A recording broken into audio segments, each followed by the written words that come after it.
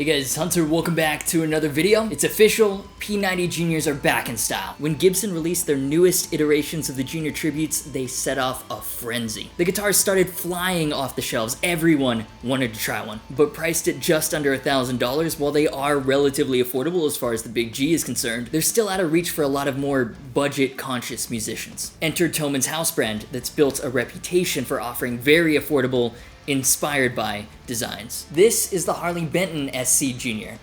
It's 200 bucks. Let's take a closer look.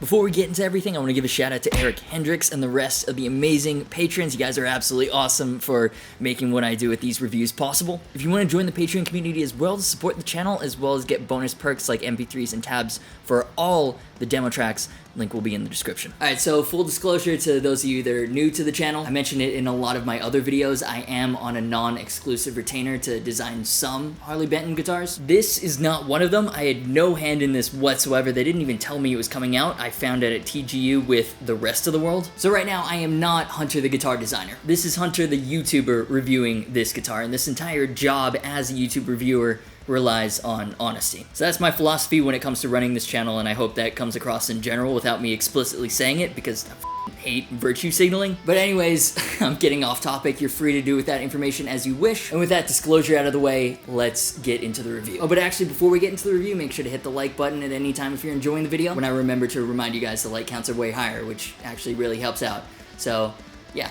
Thanks, let's get into it. Okay, so what does 200 bucks of guitar get you? Well, we've got a mahogany body, a set mahogany neck, and a 22 fret amaranth fingerboard. The amaranth is definitely a little bit of a surprise. Apparently it's kind of related to Purple Heart, although you probably wouldn't notice it unless it was pointed out to you. To me, it feels practically identical to Rosewood. You know, even though Rosewood has been technically unbanned by CITES for new musical instruments, unbanned might not be the right word, but we move. The industry has moved on with finding more sustainable alternatives. alternatives. Totally on board with that. Sustainability and forward thinking are incredibly important. Now, one of the concerns I've heard about this guitar is, well, why is it the same price as the carved top CST 24T or the SC Custom VB? So Harley Benton guitars are actually made in a number of different factories. The SC and DC Juniors are manufactured out of Indonesia at one of the most reputable factories in the region. I don't think I'm supposed to say what other brands or models are made there, but they're big ones you've definitely heard of. Regardless, as a result, the price is a little high compared to others in the Harley Benton range,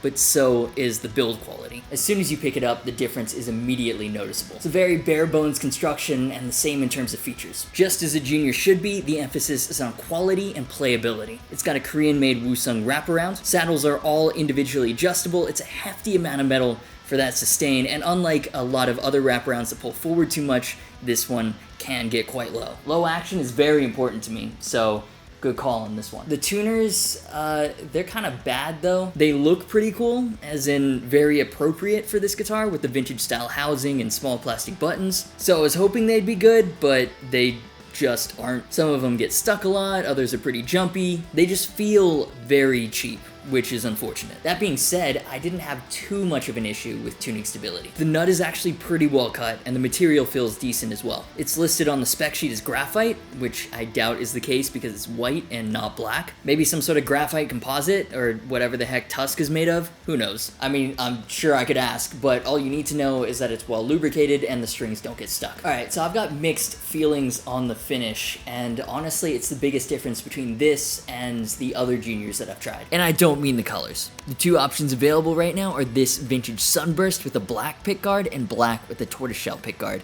and you can't go wrong with either classic choice. Honestly, like, one of the reasons I love the Gibson Tributes so much is the feel of the finish. The Junior Tributes, more than most other guitars, are just wood with strings, and the satin nitro finish, you can really feel it. This one feels so plasticky, like there is so much thick poly gloss on the guitar. I kind of just want to take the rough side of a Scotch-Brite sponge to the entire damn thing. Like, this could have really done with an open pore or at least a satin finish. Alright, so while that may not sound like the greatest endorsement on the planet, once you stop comparing it to an $1,000 Gibson, it's actually a very decent playing experience, especially given the price. We've got a nice medium C neck with 22 medium jumbo frets. Even on this $200 guitar, the fingerboard edges have been rounded to give it that nice played-in feel. That's probably one of my favorite things these import factories have been getting really good at. The fingerboards don't have those super sharp edges anymore that made new imports feel much cheaper than they actually were. I mean, overall, finish aside, with the flat top, slim body, and no neck angle,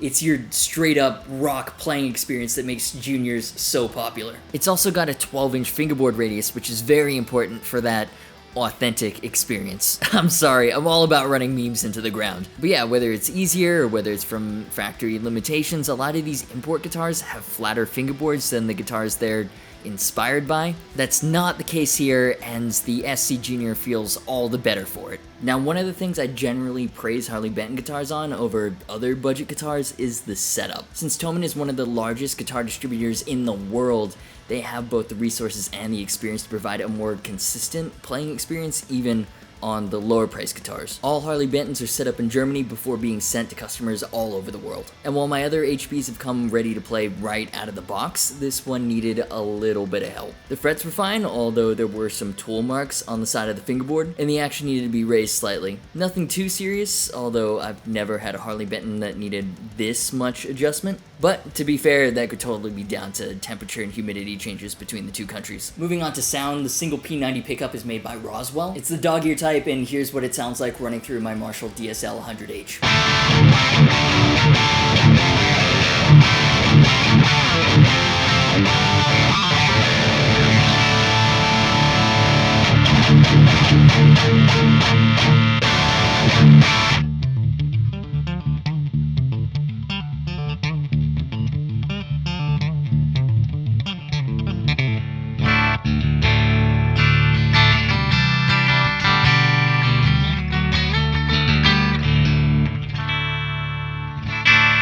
I've also been getting quite a few comments recently on not using the Jet City 100 HDM head enough, and the reason I don't normally do that is because the rack level effects loop doesn't play nice with my noise gate. But since the P90 is louder shit with the gain anyways, just for fun, here's what the guitar sounds like through the overdrive channel.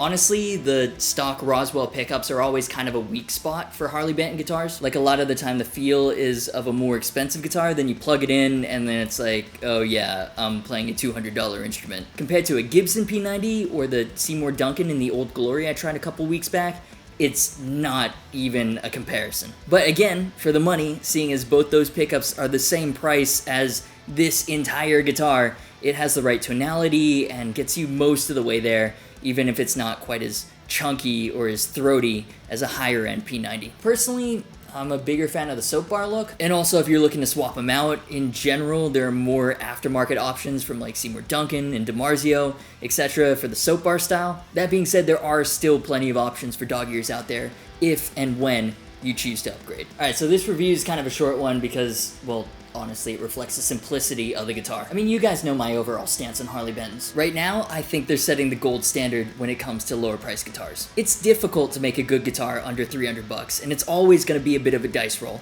The hardest part is QC. It takes time, requires human eyes, and costs money, but if anyone can, Thomann has the buying power and the infrastructure to do budget guitars right. This one, yeah, setup wasn't the best, and that was disappointing, but only because of how good other Harley Bentons like the SC550 and the CS24T were when they got to my door. When I remember that this is a $200 guitar, that puts everything back in perspective. Build quality, awesome. For a guitar in this price range, to me, that's the most important part. Components can be swapped out easily enough, but if it doesn't have a good bass, it won't even make for a good mod platform. So is this a Gibson killer or a direct replacement for the $1,000 guitar it's inspired by? No, definitely not. But it's also not supposed to be. Does it get you most of the way there when it comes to the vibe and the sound of a P90 Junior that's gig ready at a fraction of the cost? Yeah. Absolutely yes. So if you enjoyed this video, do me a favor and hit the like button. These are of course just my opinions. Let me know what you think in the comments down below. Subscribe and hit the notification bell if you haven't already. That actually really helps out. Thanks to Harley Benton for sending this guitar for the review, and to Luke for mixing everything. Merch, social media, Patreon, and the Discord server links are in the description. As always, thanks so much for watching. You've been awesome, and I'll see you for the next video.